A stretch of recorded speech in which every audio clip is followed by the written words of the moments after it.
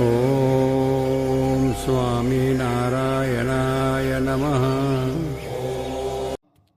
અનાદિ મૂળ અક્ષર મૂર્તિ શ્રી ગુણાત્યાન સ્વામીએ વાત કરી જે ભગવાનને સાધુના મહિમાની વાતો નિરંતર કરવીને સાંભળવી ને મહારાજ તો પોતાનું અક્ષરધામ ને પાર્ષદ ને પોતાનું સમગ્ર ઐશ્વર્ય તે લઈને અહીં પધાર્યા છે.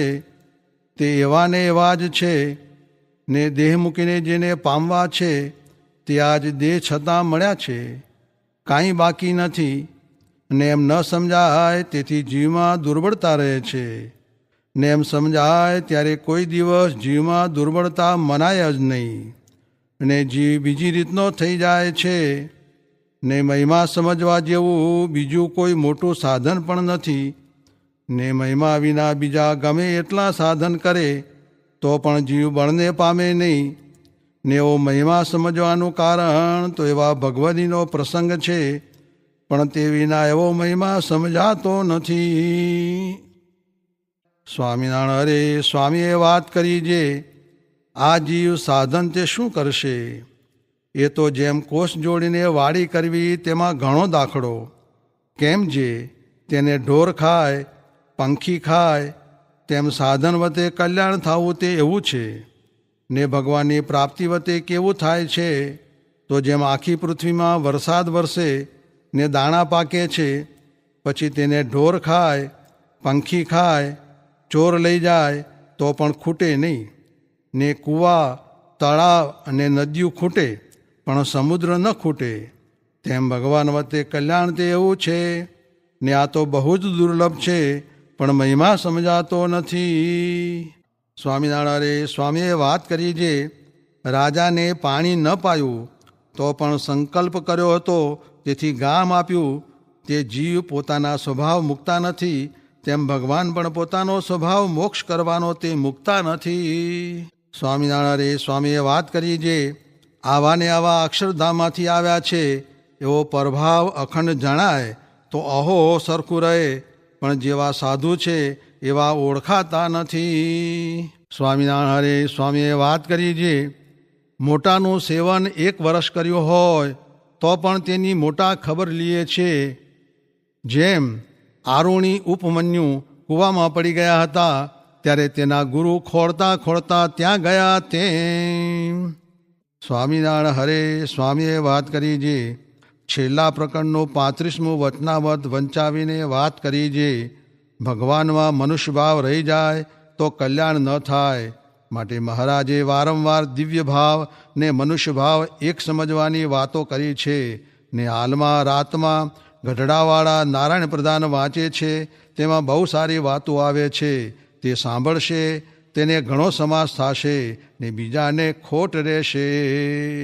સ્વામિનારાયણ હરે સ્વામીએ વાત કરી જે સમજ્યા વિના જે કરે તેનું ફળ આગળ ન થાય. ને ભગવાન વતે જ કલ્યાણ છે. તે બીજું ગમે એટલું કર્યું હોય પણ ઉપાસનામાં ઠીક ન હોય તો તેનો મોક્ષ ન થાય. ને બીજું તો ધર્મ અર્થ કામ ઉપર છે.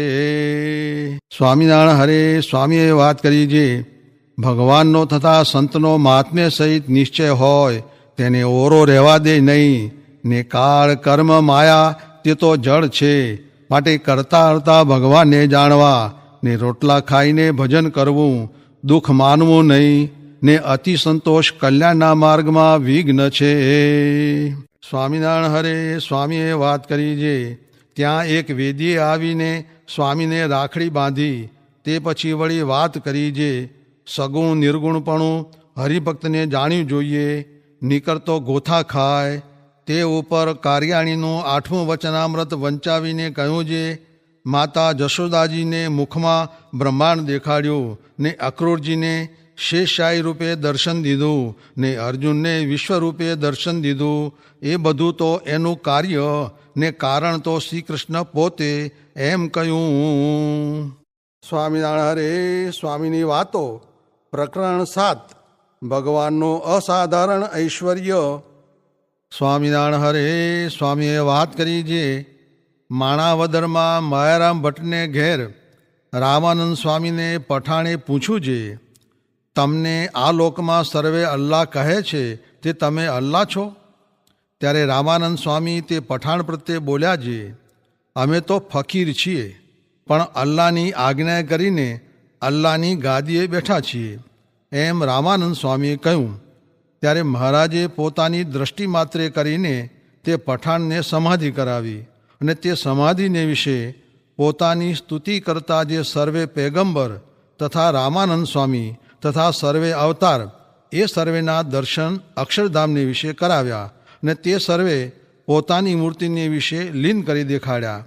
પછી મહારાજે પોતાની દ્રષ્ટિ માત્રે કરીને તે પઠાણને જગાડ્યો. પછી તે પઠાણ રામાનંદ સ્વામી પ્રત્યે બોલ્યો જોઈએ, તમારા હિન્દુમાં એવો અન્યાય કેમ છે? જે મોટા છે તે હેઠા બેઠા છે ને છોટા છે તે ઊંચા બેઠા છે.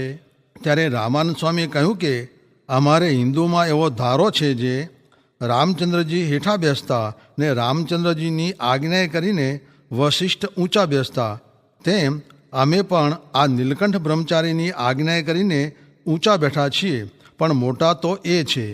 એવી રીતે રામાનંદ સ્વામીએ મર્મે કરીને ઉત્તર કર્યો. સ્વામિનારાયણ ભગવાનની જય, અક્ષર પુરુષોત્તમ મહારાજની જય, ગુણાતીતાન સ્વામી મહારાજની જય, ભગતજી મહારાજની જય, શાસ્ત્રીજી મહારાજની જય, યોગીજી મહારાજની જય.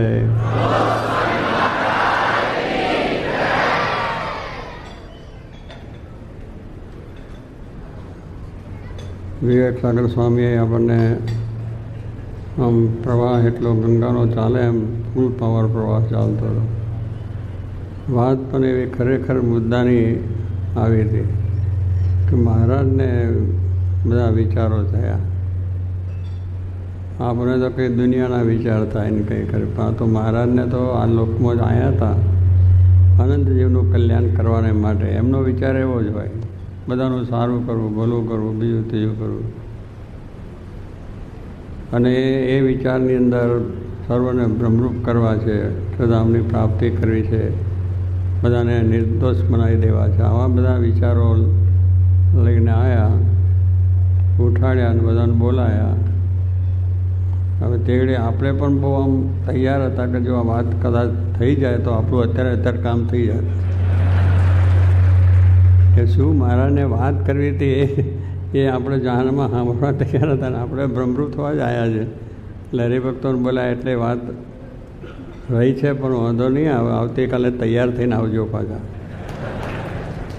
રાત્રે કોઈ જામ ભૂલી ન જતા, સવારે બીજા કામમાં ભૂલતા નહીં કે આપણે આ વાત છે એને બરાબર ધારવી જ, વિચારવી જ, એટલે પાછું આવશે. ભજન પણ પાછું એવું જ આવ્યું, બ્રહ્માનંદનું ભજન આવ્યું, અલમસ્ત. એમાં એમને પણ સાચા સુરા જે વેરી ગાઓ વખાને, કે પાછા ન પડે કોઈ દિવસ.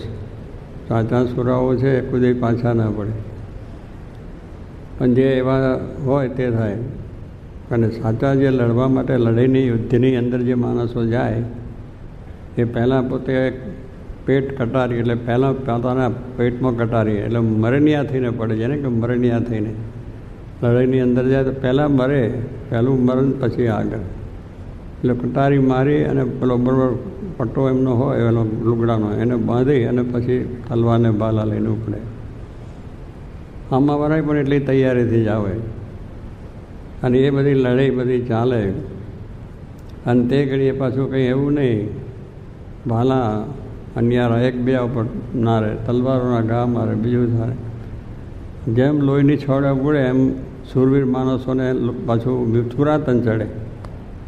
કારણ લોહી દેખીને સુરાતન બહુ ચડે. જે શૂરવીર માણસ હોય તો મરી જાય તો ભલે, પણ આમને તો આપણે પાછા પાડવા છે કે આપણે લડાઈની અંદર જીત કરવી છે, એવું ભયા ભાવથી પોતે તૈયાર થઈને ગયેલા હોય.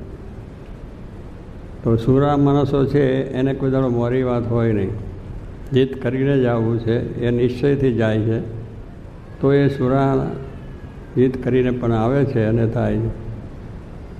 કેટલાક માણસો એમ હોય કે આપણે જીત લડાઈમાં જવું નથી, પછી જીત થાય ખરી, પહેલેથી જ પગલું મળે મોરું. પછી વળી બધા કહેશે કે નહીં આપણે તો લડાઈમાં જવું જ પડે, ગામ આખાનો બધા છે એટલે બધા થોડું સુરવી ચડાવે. પણ પહેલાં થાય કે જઈશું ને ત્યાં હારા કે મરી જાય શું થઈ જાય, એટલે એમ વિચાર કરતાં પણ પેલા બધા થોડુંક જોર કરે એટલે જાય ખરા. પણ પાછા વિચાર શું કરે કે ત્યાં જઈને મોરચા ઉપર જઈને આપણી ધજા રોપી છે ને આપણે જીત કરવી છે, એ જે પેલા સુરાતનવાળાના જે હોય એવો ભાવ એનામાં ના હોય કે ત્યાં જઈશું, કદાચ આપણું લશ્કર ચડશે, આપણું લશ્કર જો જીતશે તો આપણે જે કંઈ પેલા લોકોનું માલ મિલકત બીજું ત્રીજું હશે એ લઈને ઘર પાછા આવી જઈશું. શું છે, મરવાનો વિચાર નહીં, લૂંટવાનો લોકોનું લૂંટવાનું થાય છે, તો એ લૂંટવાના વિચારમાં જાય. હવે એ પછી ત્યાં જાય તો શું થાય કે એ પાછા આગળ તો ના જાય, પણ પેલા બધા લડે અને એમાં જે કંઈ પેલા મર્યા ને એનું બધું મિલકત લૂંટાણ થાય. મારી મોરો વિચાર બીજો શું કરે કે જો કદાચ આપણું લશ્કર હાર્યું ને આપણે પકડી ગયા તો એના દાસ થઈ જઈશું. મુખમાં ઘાસ લઈને સરને, લશ્કર સરને થઈ જાય છે ને પછી પેલા હામાં પકડી લે તો એવું થઈશું કે પણ લડવું તો નથી. આ જો એ નમાલા એ કોઈ દાડો જીત કરી શકે નહીં. આ લોકની અંદરની વાત મૂકી છે બ્રહ્માંડ સ્વામીએ કે આ સુરવીરનું કામ છે કે આપણે આ પ્રમાણે જે કોઈ છે ખરા જે મર્દો છે એ પોતે નામના મેળવી છે. એમ ભક્ત થવું ભગવાનનું છે જો કઠણ કામ. એ મહારાજ આ કહે છે કે આપણે ભક્ત થવું છે એ પણ કઠણ કામ છે. ભક્ત કેટલા કહે છે આ ભક્ત થઈ ગયા છે, પણ ભાઈ તું ભક્ત તો થઈ જાય, અહીં આવ્યો તો બેસો ખરો. પણ કહેવાનું શું છે કે એટલે ભક્ત થવું, સંત થવું એ કંઈ સહેજ વાત નથી. એ તો એવા મહાન પુરુષ જ્યારે મળે એના વચનમાં વિશ્વાસ આવે ત્યારે જગત ખોટું થાય, માયામાંથી પાસમાંથી નીકળાય અને આ વાત થાય. જેમ સુર આ માણસો હોય સુરવીરતાથી લડે ને જીત કરીને આવે, એમ જે 500 સંતો મહારાજના નીકળ્યા એ 500 સંતો એ માથું મૂકીને નીકળેલા હતા. બાકી મહારાજના વખતમાં તો દરેકને માર ખાવાનો હતો, ગામોગામ તિરસ્કાર હતો. દરેક માણસ એમને મુંડિયા કહેતા હતા. સ્વામિનારાયણ મુંડિયા, ગામથી બહાર કાઢો, પેસવા જ ના દે, ઉપરથી મારે બધું છે. હવે જે સારા બધા ઘરાણદારો, સારા કુટુંબના, સારા વિદ્વાન, સારા પંડિત, બ્રહ્માનંદ છે મહાકવિ હતા જેને શિરપાવ રાજા મહારાજો આપે, ગોપાળાનંદ સ્વામી મહાન યોગી, યોગ કળાઓને જાણતા, બધી દિશાઓ કરે એવા. પછી નિષ્કુળાનંદ સ્વામી વૈરાગની મૂર્તિ. એટલે કહેવાનું શું છે કે આવા બધા જ્ઞાની અને બહુ સુરવી રીતે સમજણવાળા હતા અને એક ભગવાન થઈને પૂજાય એવા. પાછા જો એ છૂટા પડે તો એક ભગવાન થઈને પૂજાય એવો એમનો પ્રભાવ, એવું એમનું જ્ઞાન, એવી એમની સમજણ, એવી એમની આવડત હતી. પણ છતાં સ્વામિનારાયણ ભગવાનના દાસ થયા. જુએ છે, જાણે છે કે આમાં કંઈ સુખ નથી. એકડે કંઈ મકાન રહેવા કરવાનું નહોતું, ગઢડા જાય તો નદી માટે રહેવાનું, નહીં પાથરો, નહીં ઓળવાનું, નહીં કશું નહીં. હરિભક્તોની પણ એ દશા હતી, સગવડ નહોતી. તો પણ મહારાજના દર્શન થાય છે અને એમાં જે સુખ છે એવું બીજામાં નથી એમ માનીને એ બધા દુઃખ વેઠ્યા હતા એમને. સામે ગમે એટલું દુઃખ પાછા આમાં માણસો કેટલાક હોય તો એ પણ પાછા ગામ બહાર તો કાઢે પણ ઉપરથી મારે કરે બીજું. તો એ પણ સહન કર્યું એમને અને એ સહન કરીને આવા સિંધુડા ગાયા.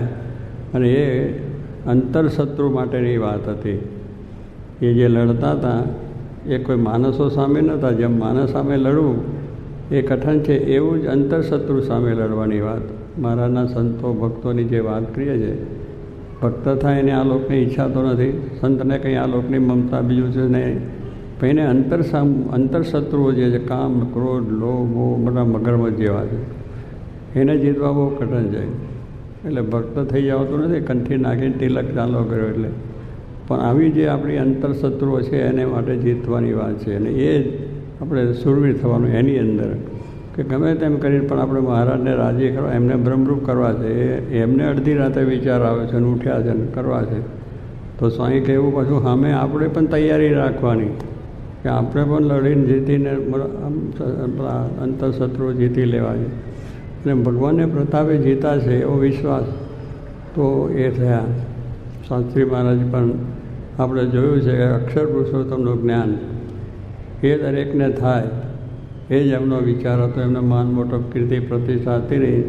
શાસ્ત્રી મહારાજ, જોગી મહારાજ જે આ સંપ્રદાય ચલાવ્યો છે એમાં એમનું શું કહ્યું હતું, પણ એમને એક જ હતું બસ આ નિષ્ઠા જે ભગતજી થકી થઈ અક્ષરને પુરુષોત્તમની. અને મહારાજ પણ એ જ વાત લઈને આવ્યા હતા અક્ષરધામમાંથી કે અક્ષરરૂપ થઈને પુરુષોત્તમ રટેલા ગુણાત્યાન સ્વયં બધું લઈને પ્રથમ એકોતીનો છેલ્લો ફકરો છે વચનામતમાં, જે માટે આવ્યા હતા એ વાત શાસ્ત્રી મહારાજે બરાબર દ્રઢ કરી. વિરોધ થયો, એને મારી નાખવાના વિચારો થયા. વડતાલમાં ભઠ્ઠામાં એટલે રસોડી થતું એ ભઠ્ઠામાં નાખી દઈને એમનું કરવું.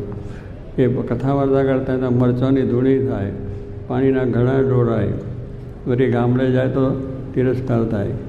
આ બધી ઉપાધિ સહન કરી પણ એમાં ડગ્યા નહીં. કેટલાક તો કહેતા અમારા વિવેકસાગર વાત કરતા માતરના આપણે બારોડ હતા એ જૂના મંદિરના હતા બીજું, અને સ્વામી સાથે ભાવ. પછી સ્વામી તો પોટલા લઈને ફરતા હોય, આ ગામને પેલું ગામ ત્યાંથી લોકો કાઢે તો આ ગામ જાય ને આ ગામ થાય. ત્યારે એ કહે છે શાસ્ત્રી આમ રખડી જશો ને કશું થશે નહીં, વડતાલ ભેગા થઈ જાઓ. શાસ્ત્રીમાં કે ભગવાનની ઈચ્છા હશે એમ થશે. અક્ષરે પુરુષોત્તમ સાચા છે માટે કંઈ વાંધો નથી. તો કે એટલે કેવું આવી બધી વસ્તુની અંદર પણ સ્વામીએ કોઈ દાડો મોરી વાત નથી કરી કે આ નહીં થાય, એમ થશે જ. જોગી મહારાજનો પણ એવો જ પાવર હતો, ડંકો થશે જાઓ કામ થઈ જશે. પણ એવા અંતરના ઉમળકાથી એમનું જે હતું એ કરતા. તો એ રીતની એ જે એમની વાત હતી તો આજે અક્ષરને પુરુષોત્તમનો ડંકો વાગ્યો આપણે જોઈએ. ને કે એમાં થઈ જાય શાસ્ત્રી મહારાજને 5-7 વિચારા નથી કશું તો શું થાય, વિચાર કરે કે કાંઈ નહીં, અક્ષર પુરુષોત્તમ નહીં સમજત કાંઈ નહીં, આપણે સમજણ થઈ તો આપણું તો થઈ ગયું, બીજાને જે થવાનું હોય તો થશે, એ મોરો વિચાર આવી જાય. કારણ કે બધી વખતે ક્ષણે ક્ષણે હરથી ઉઠે હા સુધીમાં કેટલા જાતના મુશ્કેલીની વાતો બીજું ત્રીજું થાય. ત્યારે એ બધીની અંદર કોઈ દાડો મોરપ આવી નથી. એટલે જે કહેવાનું શું છે કે જે સુરવીર માણસો આ જગતની અંદર કહીએ છીએ લડવાવાળા, એને ગમે એટલા અંતરાય આવે, અમે ગમે એવી બધી મુશ્કેલીઓ આવે, એ બધાને સપાટ કરી અને જીતીને જ પાછા આવે છે. એમાં શાસ્ત્રી મહારાજે પણ એ જીત કરી છે કે પોતાના ગમે તે કારણ લઈ થાય પણ એની સામે અક્ષરને પુરુષોત્તમની વાત એ સત્ય સનાતન છે અને કરી અને આ વાત થઈ. પહેલાં કાં તો દૂત લઈને ભેગા થઈને માનવ પુનાવ મનાવ પ્રમાણેની વાત એ નથી, પણ કહેવાનું આવા શબ્દોની સહનતા, અપમાનની સહનતા બધી ઘણી કરી તો પણ આ વાત થઈ છે. અને આપણે જોઈએ છે કે જ્ઞાન સાચું હતું અને આ જ્ઞાન થયું છે. શાસ્ત્રી મહારાજ કહેતા સાચી દેવળે ઘંટ વાગે. જો અક્ષરને પુરુષોત્તમનું જ્ઞાન સાચું છે તો દુનિયામાંની સૌને ખબર પડશે અને એનું માન્ય કરશે ને પડશે. પણ દેવળની અંદર ઠાકોરજી જ બેઠા ના હોય, આપણા મંદિર કર્યું એમાં ઠાકોરજી ના હોય તો ત્યાં દર્શન કરવા કોઈ જાય ખરું? અને ત્યાં ઘંટને આરતી નગારો વાગે ના વાગે, કારણ કે ઠાકોરજી મૂળ વસ્તુ છે એ નથી. તો ગમે એટલું આરસનું કરીએ તો એ શું કામનું છે? એમ આપણે બીજા ગમે એટલી વાત હોય પણ આપણામાં ભગવાનની નિષ્ઠા સમજણની દ્રઢતા ના હોય તો કામનું શું છે? તો એ રીતે શાસ્ત્રી મહારાજ પોતાને સાચી વાત હતી, સનાતન વાત હતી, વૈદિક હતી અને શાસ્ત્રોક્ત હતી, સંપ્રદાયને પ્રમાણ થાય એવી વસ્તુ હતી. અને એ બધું નક્કી કરીને આ પોતે કર્યું છે. અને એમની સાથે જે સુરવીરો પણ એવા સંતો નીકળ્યા 5-6 જે નીકળ્યા પણ એ પણ એટલા મરણ્યા થયેલા કે વાત સાચી છે પણ પાછા પડ્યા નહીં. તો આજે આપણે જોઈએ છે કે કેટલી સરસ વાત થઈ ગઈ. જોગી મહારાજના તો એવા પડાકાન ધડાકાન એટલી વાત કે આમ બસ ડંકો મારવો છે, અમદાવાદ રંગાઈ નાખવું છે, સુરત રંગવું છે, મુંબઈ રંગવું છે, બે પરદેશ રંગવા છે. હવે આવી જ વાતો કરે. આપણે તો વિચાર કરીએ કે હું ક્યારે રંગાય શું થાય, પણ આપણે જોયું આપણા અહીંયાથીમાં જ આપણે જે બોલ્યા છે થાય છે. આજે સત્સંગ દેશ પરદેશ પણ થઈ ગયો અને દુનિયા માત્ર ને સ્વામિનારાયણને શું છે ને અક્ષર શું છે, અક્ષરધામ શું છે, શાસ્ત્રી મહારાજ કોણ છે બધી ખબર પડી. કારણ કે આપણને દ્રષ્ટિ નહોતી, એમને દ્રષ્ટિ હતી. ટેકનિક આવ્યું, ફિલ્મો આવી, રેડિયા આવ્યા, ચેનલો આવી અને દેશ પરદેશની અંદર સુધી બધું દેખાય છે. બેઠા બેઠા દેખાય કે ના દેખાય?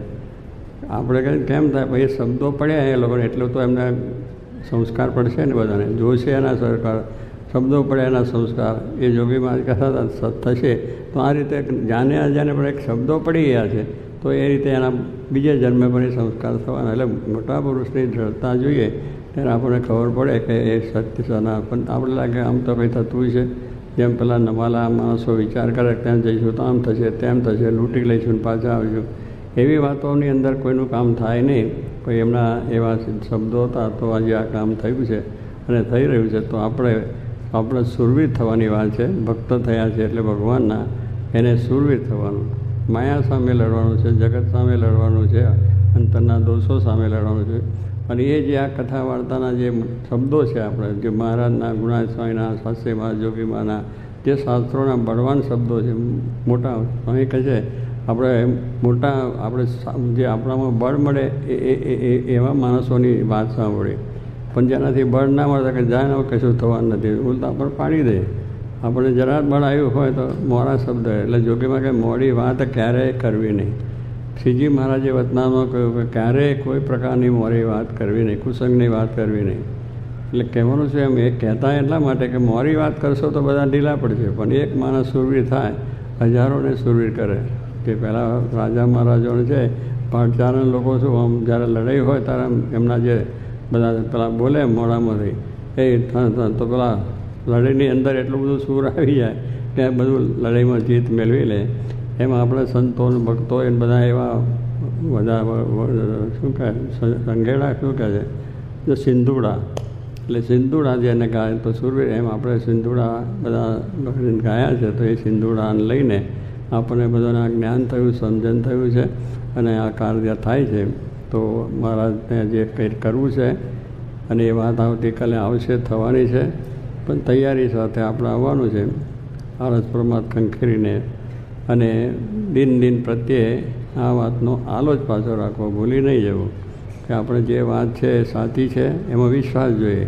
એટલે કે વાતો બધી સાંભળીએ પણ લાગે આમ થતું હશે, આમ થતું હશે. થવાનું જ છે. આગળ પુરુષ કોણ છે એની વાત કરવાની, કે આપણને એ વાત કરે છે અને એમને કરવું છે એને કરવાના છે પણ નક્કી છે. અને આપણે જોયું કે કર્યું છે. તો આ પ્રમાણે આપણા જીવનની અંદર જે બ્રહ્માંડ સ્વામી જે કહ્યું છે કે આપણે બરાબર રીતે ભગવાનને રાજી કરવા માટે, મહારાજ રાજી થાય એટલા માટે મરવું છે એ પણ નક્કી છે, તે પણ પડવાનો છે. પછી આપણે આમ થોડા ખારું આપણું મન પાછું પડે તો પાછું જે બ્રહ્મરૂપ થઈને ભગવાનના ધામમાં જવું છે ના જઈ શકાય. પણ ભલે દેહ પડી જશે અને દેહ પડવાનો છે, આપણે ગમે એટલું કરશું તો પડવાનો છે. પણ ભગવાનને સંત માટે જે આપણે કાર્ય કરવું છે અને એમને રાજી કરવા છે, એમને બ્રહ્મરૂપ કરવા છે, તો આપણે પણ થવું છે. શ્રોતાને વક્તાની બેની ઉત્કંઠા જોઈએ તો કામ બરાબર થાય. પેલું લોઢું ટીપે છે ને ત્યારે બે લોણા ગરમ હોય, પેલા લોઢાવાળા ટીપતા હોય ને બાર લુવા લોકો, કે બે ભઠ્ઠામાં નાખીને બે લોણા હોય ને તો પછી એને ઉપર મૂકીને પેલા ઘનવાળા એમ ટીપી નાખે એટલું બધું તો બેનો હાથો બરાબર વાગી જાય અને પછી બરાબર પાકું થઈ જાય. તો સ્વામી કહે છે એમ આપણે પણ આ સમૂહને તક આવી છે. મહારાજ આ દુનિયામાં પધાર્યા, શાસ્ત્રીમાં જોગી મળે, સત્સંગ મળ્યો છે, તો આપણે પણ લોઢું શું ટેપ લેવાનું છે કે આ માયાનું બીજું ત્રીજું જે મોહ અને મમતા છે એનો ત્યાગ કરી દેવાનું. એવા સંતના સમાગમ એવો કરીએ કે બરાબર આપણું લોઢું ટીપાઈ જાય ને આપણો જીવ બ્રહ્મરૂપ થઈ જાય અને અક્ષરધામો જવાય, એવા ઉત્સાહથી કામ થાય છે. તો એ વાતની અંદર આવો જોગ મળ્યો છે. એ સ્વામી કહે છે સમૂહ સાચવી લેવો. શું કહ્યું? સમૂહ સાચવી લેવો. કન્યા પૈણા છે, વરરાજા જાય ને પૈણવા, પછી ચોરીમાં જાય ત્યારે બ્રાહ્મણ પછી પેલા એને બેસાડે કરે તો સમૂહ સાચવી લેવાની વાત કરે કે હવે સમૂહ વાર્તે સાવધાન. આ તો તમે લગ્ન થયું છે તમને ખબર તો હશે જ બધાને, વાંધો નહીં. પછી બ્રાહ્મણ બોલ્યો પણ તમે પછી ભૂલી ગયા બધા, એટલે એને વાતનો ખ્યાલ નથી રહ્યો. પછી એ બેચારો પહેલેથી કહે છે કે સમૂહ સાચવી લો અને હજુ કંઈક મૂકીને હાલ્યા જાઓ તો સારું. શું કરે છે? પણ પેલા છોકરાને શું તાન ચડ્યું છે કે ત્યાં જઈને મનમાં કે લગ્ન જવું છે અને 20 વર્ષની કન્યા ઉપાડીને ઘરે લાવી છે. ગમે એટલા લોકો ટૂંકારા કરે, ઉકારા કરે. એની સાસુ પેલી પહોંચવા જાય ને, જ્યારે છોકરો જાય પહોંચવા આવ્યા તક નહીં, મહેન્દ્ર તારું નામ શું, એટલે તેકડે પેલા કોડિયા મૂક્યા હોય છે, ફોટ માટર ઉપર ઊભો હોય અને સાસુ અને ચાંદલો કરે પકે, પછી પેલો હલેખણ હોય 4. પછી એને કંઈક જો હજુ સમજી લે આ પૂર્વ દિશા ખુલ્લી છે, આ ઉત્તર દિશા ખુલ્લી છે, પશ્ચિમ ખુલ્લી છે. હજુ ભાગવું હોય તો ભાગ ટકા આમાં પડ્યો તો નીકળવાનો નથી. એ ચેતવે છે બીજા. તો એ પેલો કહે છે જેમ ગમે એમ થાય પણ વૈશ્રી કન્યા લઈને જવું છે એમ કરીને કુડી ભાગી નાખે, જવાબ લેવો, ચૂરા કરી નાખે. પણ જાય પછી એના દેહના ચૂરા થાય કે ના થાય. આપણે એટલે કરવી પડે. પછી બ્રાહ્મણ પાછો કહે સમય વર્તે કન્યા પધરાવે એટલે સમય વર્તે સાવધાન. એટલે પેલા છોકરાને સમજાવે છે કે જો તારે સાવધાન રહેજે, કંઈ પણ બોલતો નહીં, ઊંચો નીચો. પેલા બૈરા ગાય ને એનો નકટો છે ને આવો છે ને તેવો છે ને ફલું બહુ ગાય એ લોકો, પણ છોકરાની એની અસર ના થાય. આપણે જો ટોકારો કર્યો ને તલવાર ઊભો થઈ જાય. પણ તે ઘડી શું છે, પેલી કન્યા લેવી છે એટલું એનું તાન છે એટલે બોલે નહીં. એટલે બૈરા ગાય છે તે છે. અને પછી ફેરા ફરી લે અને 1 2 3 4 હજુ કહેજો કે ગમે એમ થાય પણ 5 ફેરા કરીને. પણ શું એનું નિશાન શું હતું કે ગમે તે બોલે ચાલે, નકર અપમાન સહન કરે એવું ના, પણ બધા અપમાન સહન કરીને પણ છેવટે પેલી કન્યા લેવી હતી. તમે ગમે એમ બોલો પણ 20 વર્ષની કન્યા લઈને જવું છે તો એ લગ્નમાં પાર પડી જાય છે. એટલે કેવું એવું જ એને તાન છે એમ આપણે પણ માયા સામે આપણું પણ એવું તાન છે કે આપણે ભગવાનને રાજી કરવા છે, પ્રસન્નતા કરવી છે અને અક્ષરધામમાં જવું છે. સહજાનંદ સ્વામી મહારાજ. સ્વામિનારાયણ હરે વચનામૃત વડતાલ પ્રકરણનું 6, ચિમનરાવજીના પ્રશ્નનું. સ્વામિનારાયણ હરે સંવત 1882ના માગસરોદી એકાદશીને દિવસ સ્વામી શ્રી સહજાનંદજી મહારાજ શ્રી વડતાલ મધ્યે શ્રી લક્ષ્મીનારાયણના મંદિર આગળ મંચ ઉપર વિરાજમાન હતા ને સર્વ શ્વેત વસ્ત્ર ધારણ કર્યા હતા ને કંઠને વિશે પુષ્પના હાર ધારણ કર્યા હતા ને પાગને વિશે પુષ્પના તોરા લટકતા હતા ને પોતાના મુખારમની આગળ મુનિ તથા દેશ દેશના હરિભક્તની સભા ભરાઈને બેઠી હતી. પછી ચિમનરાવજીએ પ્રશ્ન પૂછ્યો જે હે મહારાજ, જીવ જ્યારે પ્રથમ પ્રલય કાળે કારણ શરીરે યુક્ત થકા માયને વિશે લીન હતા, પછી સૃષ્ટિ સમયને વિશે એ જીવોને સ્થૂળ સૂક્ષ્મ દેહની પ્રાપ્તિ થઈ તથા દેવ મનુષ્ય પશુ પક્ષી આદિકરૂપ જે વિચિત્રપણું થયું તે કર્મે કંઈ ન થયું અથવા ભગવાનની ઈચ્છાએ કંઈ ન થયું.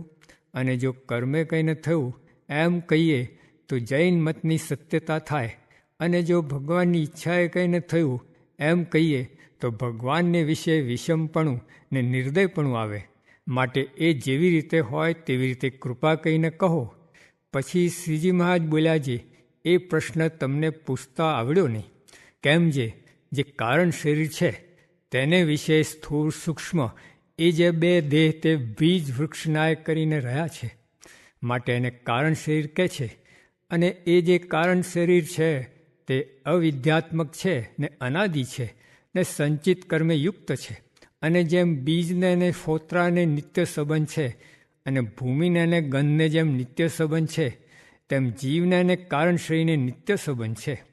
અને જેમ પૃથ્વીને વિશે બીજ રહ્યા છે તે વર્ષાકાળે જળના યોગને પામીને ઉગી નિસરે છે, તેમ માયને વિશે કારણ શરીરે યુક્ત થકા રહ્યા જે જીવ તે ઉત્પત્તિ કાળને વિશે ફળ પ્રદાતા એવા જે પરમેશ્વર તેની દ્રષ્ટિને પામીને પોતપોતાના કર્મને અનુસારે નાના પ્રકારના દેહને પામે છે. અને નાસ્તિક એવા જે જૈન છે તે તો કેવળ કર્મને જ કરતા કહે છે, પણ પરમેશ્વરને કર્મ ફળ પ્રદાતા નથી કહેતા.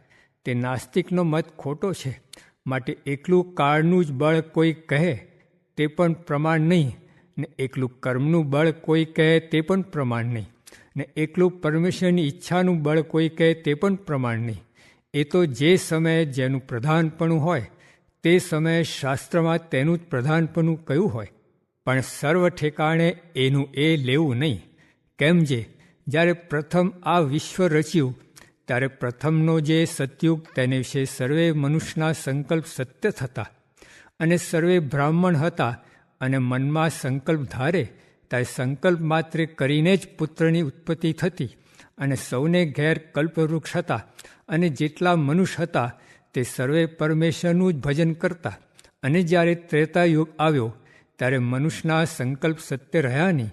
જ્યારે કલ્પવૃક્ષ હેઠે જાય ત્યારે સત્ય સંકલ્પ થાય, અને સ્ત્રીનો સ્પર્શ કરે ત્યારે પુત્રની ઉત્પત્તિ થાય. અને જ્યારે દ્વાપર યુગ આવ્યો ત્યારે સ્ત્રીનો અંગસંગ કરે ત્યારે પુત્રની ઉત્પત્તિ થાય. અને એવી રીતે જે સતયુગ ત્રેતાયુગની રીત તે સર્વે સતયુગ ત્રેતાયુગમાં ના હોય, એ તો પ્રથમ સતયુગ ને પ્રથમ ત્રેતાયુગ હતા તેમાં હતી. એવી રીતે જ્યારે શુભ કાળ બળવાનપણે પ્રવર્તે ત્યારે જીવના અશુભ કર્મના સામર્થ્યને ન્યૂન કરી નાખે છે.